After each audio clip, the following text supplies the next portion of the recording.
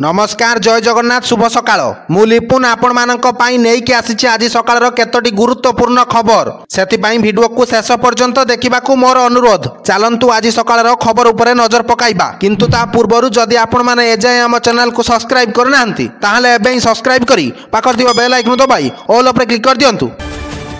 सुभद्रा हिताधिकारी पाई आसिला बड़ खुशी खबर एही दिन मिलिबो सुभद्रा योजनार तृतीय किस्ती टंका एने बड़ घोषणा करिसंती राज्य सरकार